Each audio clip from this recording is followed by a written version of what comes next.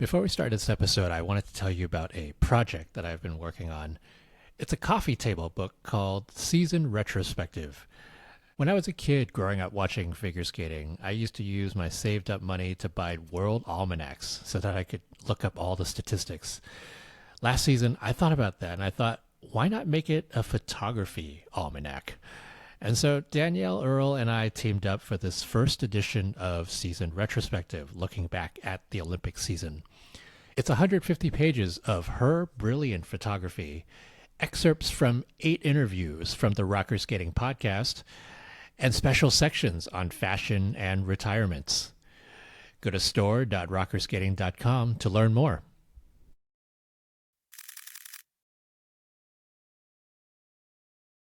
Welcome to the Rocker Skating Podcast. This is a bonus episode about the new season and its new rules.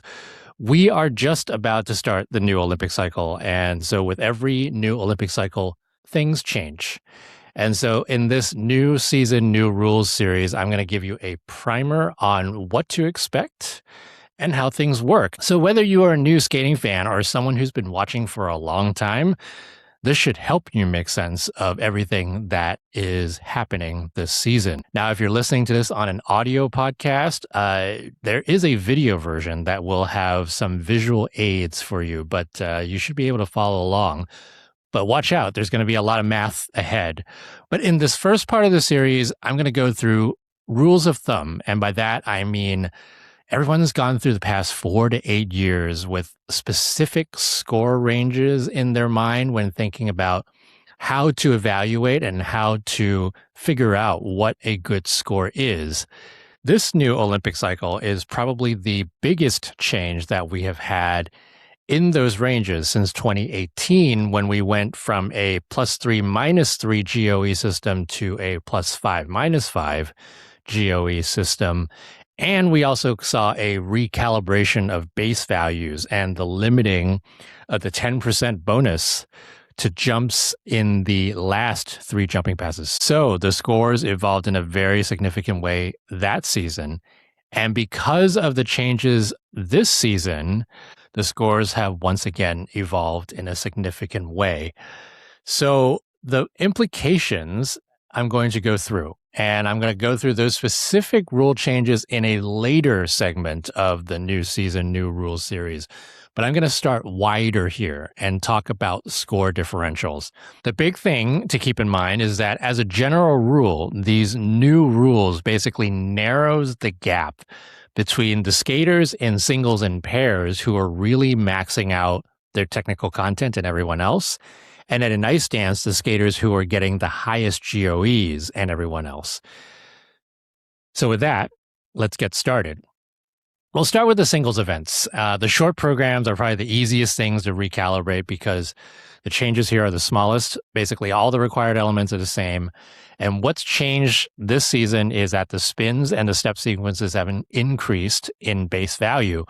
So what you should expect is that if everything is done exactly in the same way, a men's short program and a women's short program goes up about 2 to 3 points in total score. So let's take a look at an example. Here's Ami Nakai's Olympic short program, which had a base value of 36.59 and a total score of 78.71. With the exact same layout, her spins go up 1.8 and her step sequence goes up 0.2. And so the base value goes up by 2 points to 38.59. With the same GOEs, the total technical score then goes up between 2 to 3 points because the higher GOEs got larger increases than the lower GOEs did. So her score with that same program, right, at the Olympics was a 78.71. You would expect this season for it to be more around 81. And the same applies to the men's short program. So for the women, you are more likely to see 60s and 70s this season. And the top scoring programs are going to be in the upper 70s and into the 80s. And then for the men, you're going to see more scores in the 80s and 90s, and then with more of the top scoring programs going into the hundreds. And so for the free skate, it gets a little more complicated. The spins and the step sequences will still increase like they did for the short program. There's also then a choreographic spin that takes the place of one of the 3 spins from last season, and that actually increases the base value. But the jumping passes is the thing that really counters that. So there used to be 7 jumping passes. There are now 6. And only 2 of those jumping passes can be a combination or a sequence. And so you go from basically a 7 jumping pass program with 3 combos to a 6 jumping pass program with 2 combos. So you're essentially eliminating one of the 3 combos. And so the more that a skater relies on combinations and also backloaded combinations to boost their base value, the more this change is going to affect them. And so because of that, it is likely going to affect the men more than the women because of the higher difficulty of that extra jumping pass. We're going to take an extreme example. Let's take Ilia Malinin's Grand Prix final free skate. He had 99.07 in jump space value there. So if you just wholesale stripped out his least point scoring combo, you take out 15 points of base value. The spins and the steps then give him back about 2 to 3 points. So you're talking about a drop of something like 12 to 13 points in base value. Now, in the hypothetical where he reconfigures his combos, which frankly he has to do anyway because you can't do both a sequence and a combo with an Euler. We'll get into that in a later episode. The difference here becomes 10 points. So you add the steps and spins back and you get something more like a 7 to 8 point drop. Now, on the women's side, let's take Alysa Liu's Olympics free skate as an example. It had a base value of 62.94. Her jumps had a base value of 47.04, and her spins and steps had a base value of 15.9. So if you drop the combo that was the lowest scoring, you would basically then drop the base value by about 7 points, and then you get back about 3 points for the spins and step sequences, and the total drop is about 4 points. Now, let's talk about a hypothetical, right? If we do the same hypothetical of her reconfiguring her jumping passes, a version of this actually has her gaining half of a point in base value because you end up losing 2.37 in jumping passes and then gaining 2.8 in spins and steps. That goes to show that her jumps were not maxed out last season, and there was room there for the combinations to be harder, but she took the route that allowed her to be more consistent. Another version of this is Mao Shimada, who is more akin to what Ilia Malinin did because she was maxing out all of her base values for her combos. Her free skate from the Junior Grand Prix final last year had a jumps-only base value of 61.07. So if you took out the triple sow, triple toe, which was her lowest scoring combo, it drops her base value by 8.5. But she's restructured her program a little bit because we saw that at the Summer Cup this week. And so she does a triple flip, triple toe, double axel instead of the triple flip, double axel, double axel. So it gives back a point. And so her overall difference is then about a 5-point difference from what it was last season. But on the other hand, you look at Yuna Aoki's layout. She also competed at Summer Cup. The way that she's restructured her program actually leads to just a 1.65 point drop in her jump space value. And so if you add the spins and the steps back in, she actually gains over a point of base value relative to last year's base value. And so there are other ways you can recalibrate so that you can get more of those points back. But you really see that because Mao maxed out on her combos last season, whereas Alysa and Yuna had both had a combo with a double toe. You see that Mao's base value drops by a lot more.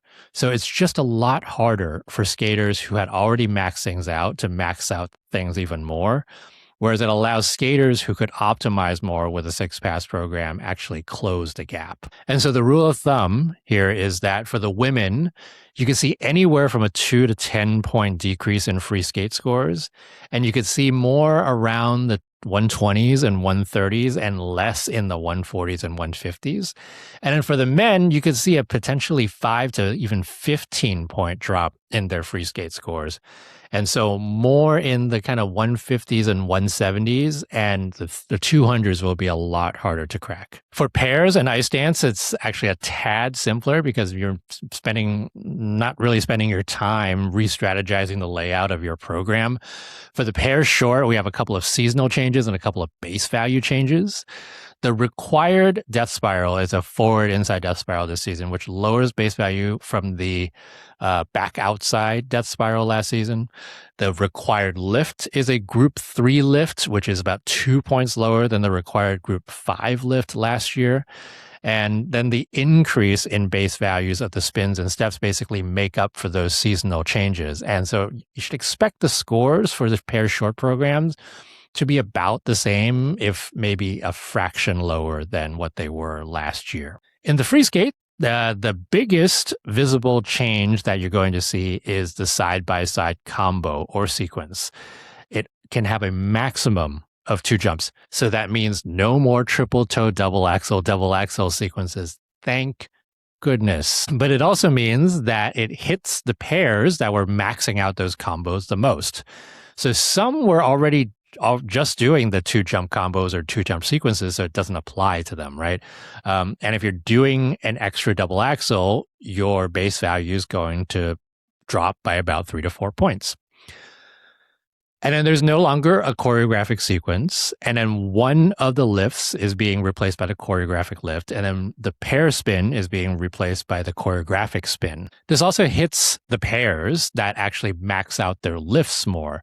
We've seen a lot in the past few seasons that the top pairs are doing 2 group 5 lifts. And now with only 2 regular lifts in there, both of them have to be from a different group. So you can only have 1 group 5 lift. And so you have to basically drop a group 5 lift if you are one of those top pairs. And dropping a group 5 lift means that you're taking a 7-point hit versus the ones who are dropping a group 3 or 4 lift who are taking a 5-point hit. And so you then add back all the stuff, right? You add the choreographic spin in, you add the choreographic lift in. All told, you should see a drop of about 2 to 10 points for the pairs free skate. And as with the men, the top skaters in the pairs event are likely to see a bigger drop in their base value than the others. For ice dance, it's even simpler, but it's also more complicated. The rhythm dance, the choreographic rhythmic sequence is no longer, and it's going to be replaced by something called a creative dance element. The CDE has a level. And so that change means that you actually can increase your base value for that element by as much as 4 points. But there's a catch. If you remember, the GOEs for the rhythmic sequence were, some would call it exorbitant. The base value for the CHRS was 2 points, and then you could get up to 7 points, actually more than 7 points of GOEs added to that if you got +5s across the board. So you get like 9.5 points if you did a quote unquote perfect CHRS. If you are doing a CDE level 4 and you get a +5, you're actually getting in the mid 7s for it. So you're actually getting 2 points lower than a CHRS with a +5. Now, but if you are a team who's used to getting lower GOEs, like +1s and +2s on your rhythmic sequence, you can actually get that level 4, and it would be higher in the total point value of that element for you than if you got a +2 or even +3 on a CHRS. So the base value of a level 4 CDE is basically just as high as a CHRS with a +3 GOE. So that means for a lot of teams, just getting the level 4 on the CDE is going to be a net improvement for the season. And so all that means is that for the rhythm dance, expect the top teams to be 0 to 2 points lower than last season, and then expect the other teams who are getting kind of plus ones, plus twos, plus threes on their rhythmic sequences to actually have a score that is anywhere from 0 to even 4 points higher than what they got last season. For the free dance, now we're talking about the easiest. This is literally the easiest because the only change from last season is that they're taking out one of the choreographic elements. And so that leads to a 1 to 5 point drop in the score relative to last season. And again, it will hit the top teams more because the higher GOEs will actually then be taken away. So there's your summary for the rules of thumb for the new season and new rules. Higher men's and women's short programs, about the same with the pairs short programs. Lower women's pairs free skates and free dances, and even lower for men's free skates. And then the rhythm dance is slightly lower for the top teams and potentially a couple points higher for the teams who are more in the middle of the pack. So that's it for part 1 of New Season, New Rules, the bonus podcast episode for the Rocker Skating Podcast. I will be back for part 2 for an even nerdier full episode on how the different rules have changed over the past season.